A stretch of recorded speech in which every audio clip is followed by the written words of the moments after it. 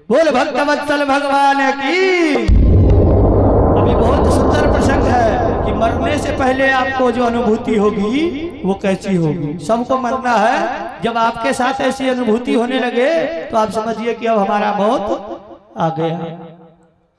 अभी जो हम बताने जा रहे हैं वो लक्षण अगर आपके सामने प्रकट होने लगे तो समझ जाइए कि अब हमारा मौत बहुत शीघ्र आने वाला है। तो राम नाम स्टार्ट कर दीजिएगा। ये कोई नहीं बताएगा, भागवत का है लेकिन गुप्त चीज है, लेकिन हम इसको आप लोगों के प्रेम में प्रकाशित कर रहे हैं। ध्यान से सुनिएगा कि स्वप्ने प्रेत परी स्वंग खरपानम विधानम पश्यम मरण संद्रस्तो निद्रामलेने न चिंतया।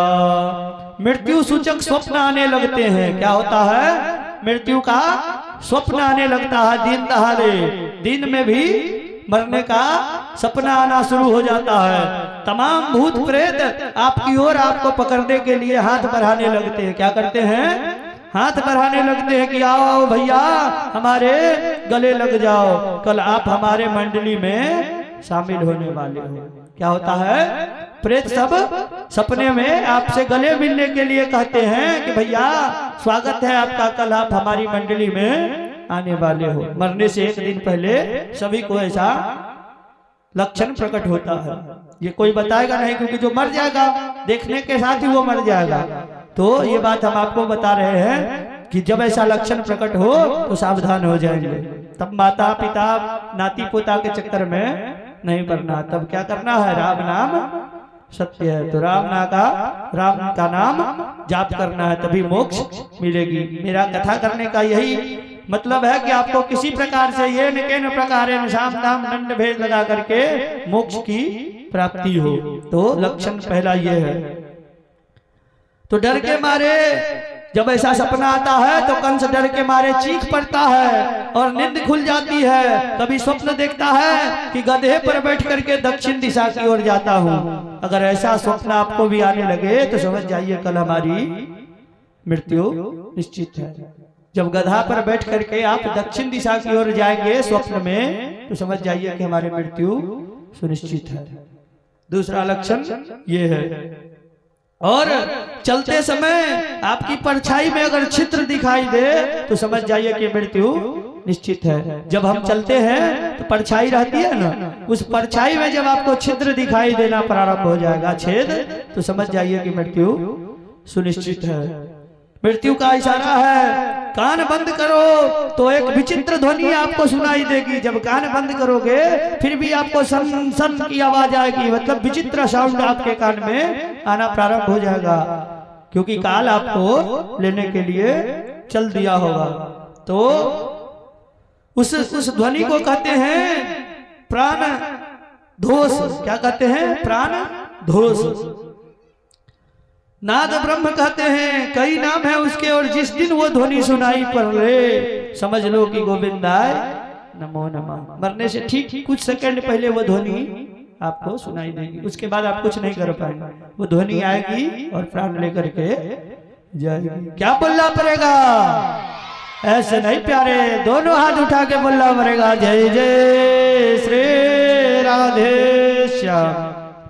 तो मरने से पहले ये सब लक्षण होते हैं। और मृत्यु से कुछ समय पूर्व ध्वनि शांत भी हो जाएगी। यह मृत्यु को जानने का सबसे बढ़िया तरीका है। ये संकेत मिलने लगे कंस को, सो बेचारा डर के मारे वैसे ही आधा अधमरा हो गया। और प्रातः काल नंद बाबा बोले कन्हैया चलो मैं अब घुमा लाऊं। माधव बोले बाबा हम तो अपने आप घूम लेंगे, आप आगे जाओ। और फिर बलराम को समझा करके नंद बाबा निकल गए। बाद में दाऊ जी कन्हैया के साथ चल दिए। जैसे ही सभा में प्रविष्ट हुए, दरवाजे पर कुबलिया पीर हाथी खड़ा था। उसने मदिरा पी रखी थी। कंस क्या किया था? हाथी को शराब पिला दिया था कि अगर वो दोनों बच्चे आएंगे तो हाथी जब शराब पी लेता है तो पागल हो जाता है। क्या होता है? पागल हो जाता है। वो किसी को भी उठा करके पटक सकता है। वो फिर ये नहीं समझेगा कि कौन, जो घुसेगा उसके सभा में उसको उठा करके पटक देगा। तो मदिरा पी रखा था मत वाला हाथी। भगवान बोले महावत हाथी हटाओ। सोई महावत ने अंकुश मारा, हाथी चिघारा और माधव की ओर दौड़ा। माधव ने लपक करके उसके दोनों दांत पकड़ लिए और जोर से झटका मारा। हाथी के दांत दो टुकड़े हो गए, भगवान के हाथ में आ गए। दाऊ जी बोले लाला एक दांत इधर फेंक। दोनों भाई ने एक एक दांत संभाला, एक आगे से एक पीछे से जो धुनाई करी। हाथी और महावत दोनों गोविंदाय नमो नमः। और दोनों भाई कंधे पर दांत रख करके भीतर घुसे। जो भीतर प्रवेश किया कंस ने दूर से ही देखा, हाथी दांत लिए हुए कन्हैया को सो कांप गया। अरे राम राम, लगता है हाथी गया। और प्रमाण पत्र लेकर के भी आया है, हाथी का दांत लेकर के आया है। बुरी तरह उसकी हालत बिगड़ गई, मानो यमराज कालदंड लेकर के खड़ा है। ऐसी स्थिति कंस की हो गई। परंतु भगवान तो एक ही है, लेकिन देखने वाले अपने भावना अनुसार सबको भिन्न भिन्न भगवान दर्शन देते हैं। बहुत सारा कुश्ती का मल्लशाला बहुत विशाल कंस ने बना रखा था। बहुत दूर दूर के पहलवान आए हुए थे। तो जैसे ही माधव को देखते हैं ऐसा लगता है जैसे कठोर वज्र खड़ा है। स्त्रियों को लगा जैसे मूर्तिमान कामदेव प्रकट हो गए हैं। वालों को लगा कि हमारा मित्र आ गया। नंद बाबा को लगा कि मेरा लाला आ गया। और कंस को क्या लगा कि मेरा काल आ गया। योगियों को लगा परम तत्व आ गया। वृष्णिवासियों को लगा हमारा रिश्तेदार आ गया। भावना अनुसार सबने माधव के दर्शन किए। चानूर नाम का एक पहलवान माधव से अकर करके बोला, है कृष्ण बहुत नाम सुना है तेरा, चल मेरे से कुश्ती लड़।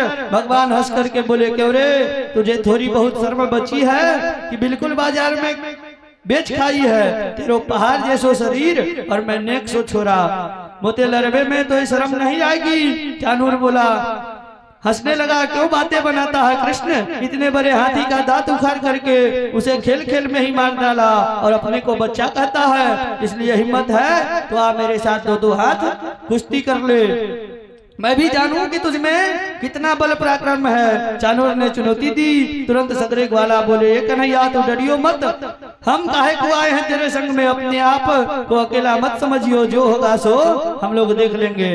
पूतना मारो, हाथ इसको भी दिखा दे। जिस हाथ से पूतना को मारा है वो हाथ इसको भी दिखा दे। कन्हैया बोले, जब बात देख भाई चानूर, हमारे बाबा ने मना कर रखी है कि काऊ से लड़ियो मत, सो हम मना कर रहे हैं। अब तेरी ज्यादा ही इच्छा है तो चला जा मैदान में।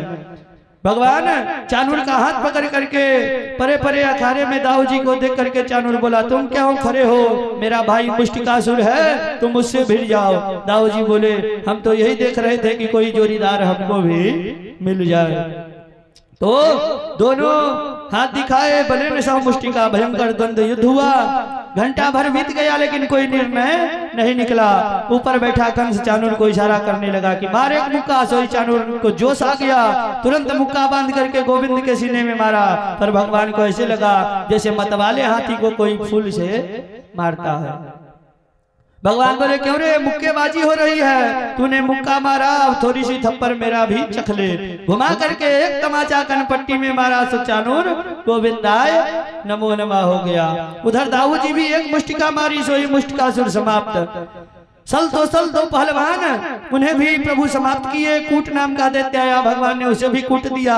बाकी पहलवान अपने आप भागते नजर आए। जो पहलवानों में भगदड़ मची, कंस एकदम आपाक हो बैठा कि बंदी बना लो इस दुष्ट बालक को, भागने ना पाए। इन्हें मारूंगा, इनके बाप को भी मारूंगा और अपने बाप को भी मारूंगा। पागल हो गया, क्या बोल रहा है, उसको होश ही नहीं है। भगवान समझ गए कि इसकी मति खराब हो गई। उसने एक छलांग मार करके कंस के पास भगवान खड़े हो गए। पास में कन्हैया को देखते ही कांप गया। कंस जो तलवार लेने के लिए लपका, भगवान ने पकड़ लिए सिर के बाल, झपट करके हिलाया और जोर से एक धक्का लगाया। नीचे कंस की छाती पर कन्हैया कूद पड़े। सोई कंस के प्राण गोविंदाय नमो नमः। बोल बाल कृष्ण कन्हैया लाल की। तो महाराज अब भगवान एक दिन उद्धव से कहते हैं कि जाओ जरा, बहुत दिन हो गया वृंदावन का खबर लेकर के आओ। तुम बहुत बड़े, तुमको ज्ञान का घमंड है, तो जाओ और गोपियों को समझाओ मेरे बारे में कि तुम जिस कन्हैया के लिए आंसू बहा रही हो वो तुमको ठग करके चला गया है। इसके बाद हम लोग भगवान का एक विवाह कराएंगे और आज की कथा को समाप्त करेंगे।